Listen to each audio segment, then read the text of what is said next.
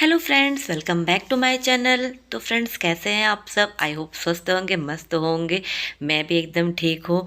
तो सबसे पहले आप सबको हैप्पी शिवरात्रि। तो जैसे कि ये जो मेरा वीडियो है ये कल की वीडियो है, तो अभी बज रहे मॉर्निंग के 8:30। तो यहाँ पे फाइनली मैं रेडी हो गई हूँ। अब मैं चल रही हूँ मंदिर।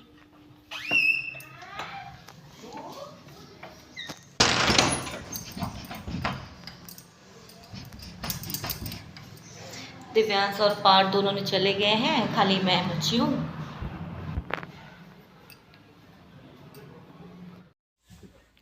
तो घर में मेरी पूजा हो चुकी थी, अब मैं मंदिर पहुंच चुकी हूँ। दिव्यांश और पार्थ दोनों अंदर जा चुके हैं क्योंकि उनकी फ्रेंड्स यहाँ पे मिल गए थे, तो इसीलिए। तो ये हम लोग आ गए मंदिर। तो मंदिर में काफ़ी ज़्यादा भीड़ थी और होनी भी चाहिए, आज है शिवरात्रि तो बहुत ज़्यादा ही भीड़ थी। इसके पहले हम लोग 2 मंदिर और गए थे, तो वहाँ पे बहुत ज़्यादा भीड़ थी, तो इसलिए हम लोग रिटर्न आ गए। फिर आए ये मंदिर पे, तो यहाँ पे बच्चे खेल रहे हैं और उसके बाद मैं चलती हूँ पूजा करने। अभी 9 ही बज रहे थे, लेकिन धूप इतनी ज़बरदस्त हो गई थी कि ऐसा लग रहा था कि 12 बज गए हैं। और यहाँ पे बच्चों ने मंदिर पूरा सर पे उठा लिया है, बस भागे जा रहे हैं, मस्ती किए जा रहे हैं। तो मेरा पूजा करके हो चुका था। मैं भी दिव्यांश को और उनके पापा को ही ढूंढ रही थी कि वो भी आके पूजा कर लें।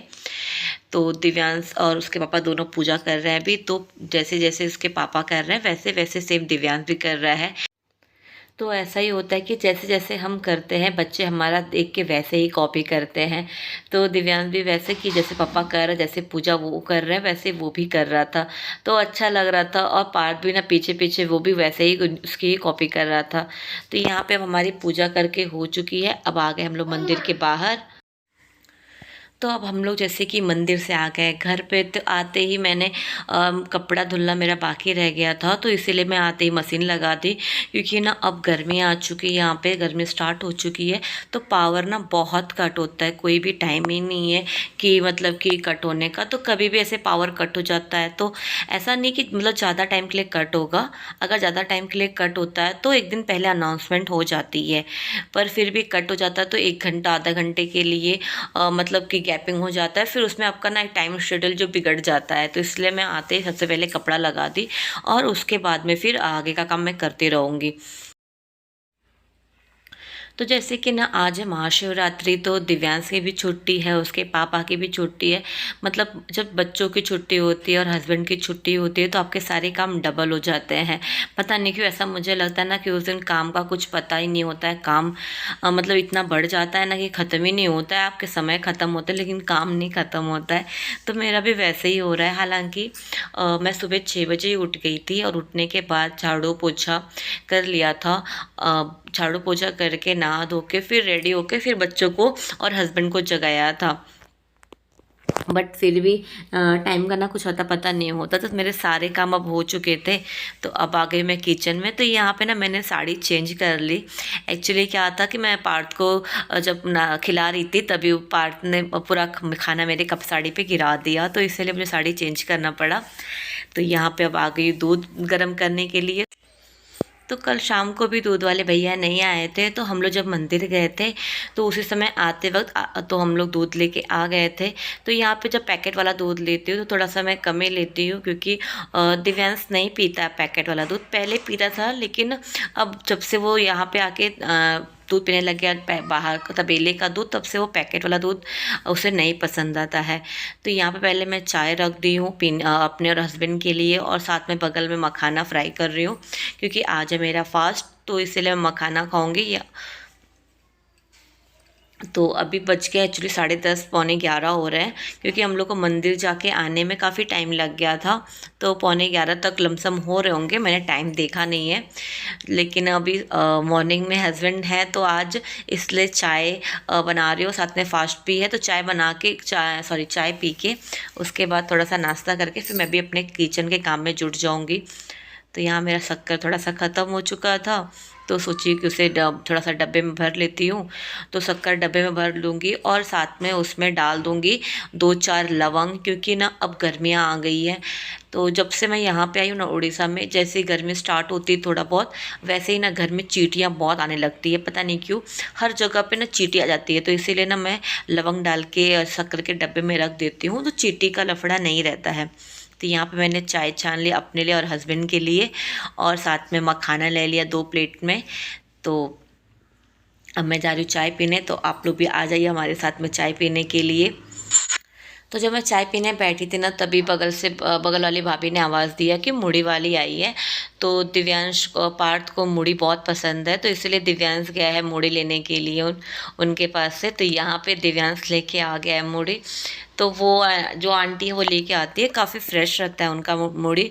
तो मैं जब से उनका लेने लग गई हूँ, तब से मैं ना बाहर मॉल से मुड़ी नहीं लाती, उनसे ही लेती हूँ। तो एक बार मैं ले लेती हूँ तो हफ्ते भर चलता है, तो मैं हफ्ते भर में मैं ले लेती हूँ। जैसे आज लिया है, फिर अगले हफ्ते फिर से वो आएंगे तो मुझे आवाज़ लगाती है, तो मैं जाके फिर से ले लेती हूँ। तो अब जैसे कि मैं फिर से आ गई किचन में, तो यहाँ पे गाजर बनाऊँगी, गाजर का हलवा। क्योंकि अभी किचन साफ़ है, तो सबसे पहले अपने लिए हलवा बना लूँगी। अपना खाने का सामान साइड रख के उसके बाद में फिर खाना बनाऊँगी। तो आज मैं जो गाजर का हलवा बनाऊंगी, तो उसे मैं घिस के नहीं बनाऊंगी, आज मैं उसे उबाल के बनाऊंगी। क्योंकि अगर मैं घिसूंगी फिर बनाऊंगी तो काफ़ी ज़्यादा टाइम हो जाएगा, और उतना टाइम नहीं है, मतलब क्योंकि अभी 11:30 हो चुका है, तो काफ़ी लेट हो जाएगा। तो इसीलिए मैं सोची कि इसे आज उबाल के बनाती हूँ। तो यहाँ पे मैं गाजर को काट लूँगी, और काटने के बाद फिर से अच्छी तरह से धुल लूँगी। तो गाजर को बारीक कट करके उसके बाद उसे अच्छी तरह से धुल लूँगी, और उसमें थोड़ा सा पानी डाल के फिर कुकर को बंद करके लगभग 2 से 3 सीटी आने तक इसे अच्छी तरह से पका लूँगी। तो जब 2 से 3 सीटी अच्छे से आ जाएगी ना, तो उसके बाद आप मैशर से मैश कर देंगे तो काफ़ी अच्छे से हो जाता है। उसके बाद ऑरेंज लाए थे, तो 2 या 3 ऑरेंज बचा हुआ था, तो भूल जाऊंगी तो फिर ऐसे ही पड़ा रह जाएगा, तो इसलिए सोची कि इसको छील देती हूँ, और जब मैं बैठूंगी तो बच्चे भी खा लेंगे। तो यहाँ पे कुकर सीटी हो चुकी थी, तो 2-3 सीटी के बाद कुछ इस तरह से है। तो अब इसका जो पानी है ना, मैं पानी उसे वेस्ट नहीं करूँगी, उसे मैं मैश कर दूँगी, क्योंकि मैं पानी इसलिए थोड़ा सा ही डाली थी, ज़्यादा पानी नहीं डाली थी। तो आप भी जब भी बनाए ना, पानी इसमें बस थोड़ा सा ही डालें, ताकि आपका पानी वो फेंकने मतलब वेस्टेड ना हो। अगर फिर भी आपको लग रहा है कि आपका पानी ज़्यादा हो गया है, तो आप उस पानी को निकाल के आप उसे आटा गूँथ सकते हैं। तो आपकी रोटियाँ मतलब रोटियाँ सॉफ्ट भी बनेगी और हेल्दी भी रहती है। तो यहाँ पे मैं कढ़ाई में घी डाल के उसको अच्छी तरह से भूज लूँगी, और उसके बाद ढक कर के रख दिया है। तो यहाँ पे जिस कुकर में मैंने गाजर उबाली थी, तो वो कुकर को पानी से अच्छी तरह से धुल लेती हूँ। क्योंकि ये चीज़ ना मेरी मतलब मम्मी लोग को मैंने देखा था करते हुए, कि गर्म कुकर को ही तुरंत ही अगर आप ऐसे साफ़ कर देंगे तो क्लीन हो जाता है। तो बाकी सारे प्रोसीजर सेम ही रहते हैं, मतलब चीनी डालना है, चीनी डालने के बाद फिर से उसे थोड़ा टाइम के लिए फ्राई कर लीजिए। आपके पास अगर दूध पाउडर है तो आप दूध पाउडर डाल दीजिए, नहीं तो फिर आप मलाई डाल दीजिए, या फिर मावा है तो आप वो भी डाल सकते हैं, मतलब जो भी डालेंगे अच्छा ही बनता है। तो यहाँ पर मैं इसमें दूध डाली थी, और दूध डालने के बाद अब मेरा अच्छी तरह से रेडी हो चुका है।